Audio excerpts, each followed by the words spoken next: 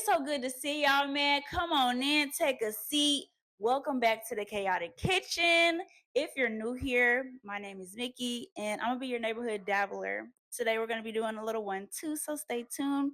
Get your notepads and get ready. So, if you clicked on this video, you already know we are still in the summer sauce series. Today we are going to be doing a little simple sauce for a nice baked fish. Now, I told y'all a couple of weeks ago I am trying out this pescatarian thing. We're going to see how it goes and what recipes I can come up with only using fish. So today we're going to be doing a fish recipe with a nice beautiful sauce that kind of goes with the fish, but it also can go with the whole meal. Okay, something very exquisite, very delicious, and very divine.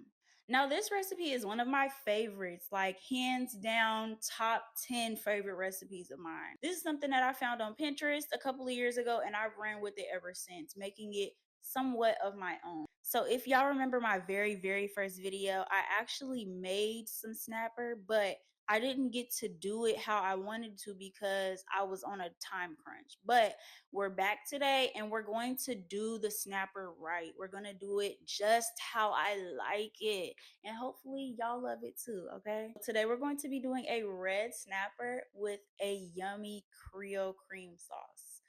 Don't get discouraged. Don't get scared about the word Creole. It's just a little seasoning, okay? A little seasoning ain't never hurt nobody. This is somewhat of a simple sauce, but if you do it right, it is going to make its mark. Like, I'm telling y'all, I rave about this sauce alone. Like, yes, the fish is good, the meal could be delicious, but the sauce, exquisite. So before we go any further, before we get started with the recipe, I need y'all to do me a couple favors. If you know, you know. First and foremost, please go follow me on Instagram and TikTok. I have the same handle for both platforms, and you can catch me here when I'm not in the kitchen. Also, make sure you're following my baking page on Instagram. This is where you can find all of the goodies, the treats, and all the delectables that you can make or order at home. If you have not already, also make sure that you go like this video and then drop a comment below. That is going to let me know that y'all actually are watching. Duh. Last but not least, if you do nothing else, make sure you subscribe to my channel, y'all. I am grateful for all 32 subscribers. I can't believe we made it. Yay! I've been doing this for about 8 months now, and I'm actually very surprised that I've gotten this far. So thank y'all. I appreciate y'all. And let's do 8 more months. Let's do 8 years. Hell. All right, enough of the transparency. Are y'all ready to get started? Make sure you got your notepad. Make sure you got your pens, your pencils, your markers, your staplers, whatever it is that you need to take notes. Go ahead and get it out because we got to get started. Are y'all ready? Because I don't know if you could tell, but I am, okay? We finna get in here and get this work in. No, for real. Y'all ready, though? Are you? Let's go!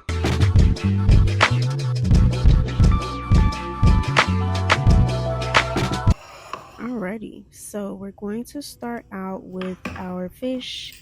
I seasoned the skin, I dropped a little oil on there, and then I just added a little bit of pepper. You can also add salt if you would prefer. You really don't have to season the skin. If you want to take it off, you can also do that. But I just know if I'm going to be eating the skin, I don't want it to be completely bland, and I don't want the rest of my fish to be seasoned and then the skin is not. So then I'm going to flip it over, and then I'm going to add all of the seasonings on the screen, making sure that my fish is completely covered in my seasoning.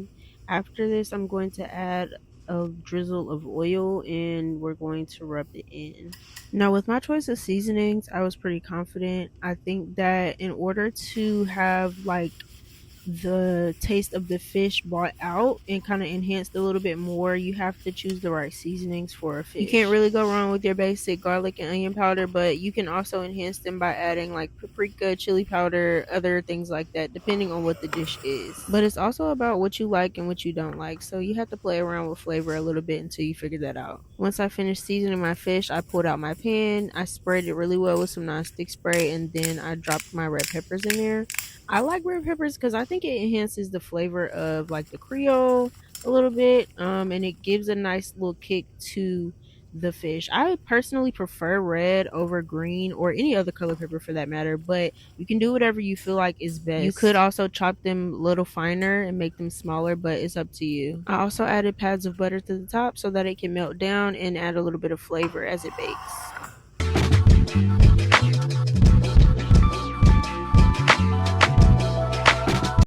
So for those of y'all who have been here for a while, y'all already know I love me a good cream sauce. A real simple, easy 1, 2, 3, maybe even 4 ingredient sauce that you can put with anything is just necessary. Y'all please excuse my voice. I'm a little under the weather, but one monkey do not stop no show. You understand me? Okay, so boom. I've been using garlic and herb butter for this whole recipe, but you can also use regular salted butter. I added that to the pan, let it melt down, and then I added some red pepper and some chopped garlic. After those have sauteed for a little bit, I added my heavy cream and then I let that get bonded well with my butter. I'm going to add my seasonings in and then I'm going to stir this really well so that all of the ingredients can get acquainted. And then I'm going to let it simmer for probably about maybe 5 to 10 minutes, but you'll know that it's simmering really good when it starts to bubble up.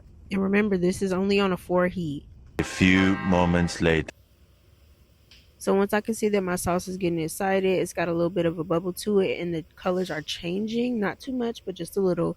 I'm going to add a little bit of lemon juice to it. This is fresh lemon juice. You don't have to add the lemon juice, but if you do, make sure it's fresh. Lemon juice is definitely optional, but I would squeeze a little bit and then taste it and then add more as it's needed, but don't just squeeze a bunch all at once. After I added my lemon juice, I could tell that my sauce was a little bit too thin for my liking, so I added a cornstarch slurry, which is basically just cornstarch and water, y'all. As I'm adding this, I'm going to make sure that I continue to stir my sauce, and then once I see it start to thicken up, I'm going to keep stirring a little bit longer, and then I'm going to let it simmer for about 5 more minutes so that my sauce can settle.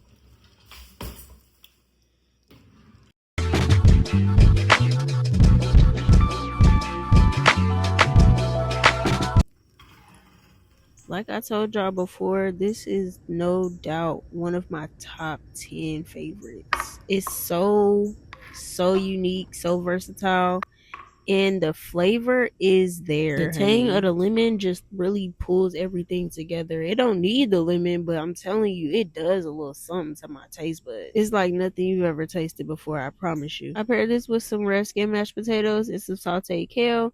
And of course, I poured the sauce over the mashed potatoes because, like I said, it goes with the whole meal, y'all. You gotta love a good versatile sauce. Like, got to. Every time I go to taste it, it's like something I've never tasted before. Like, it always surprises me. Even though this is something that I make like once a quarter, it always throws me off because I'm like, yo, this is really good. Overall, I would get this an 8.5 out of 10. Next time, I would probably add a little bit more seasonings to make the Creole flavors actually be a little more Creole. But okay, that's all I got for y'all today, man. I hope y'all enjoy. Make sure y'all like, subscribe, and I'll see y'all later.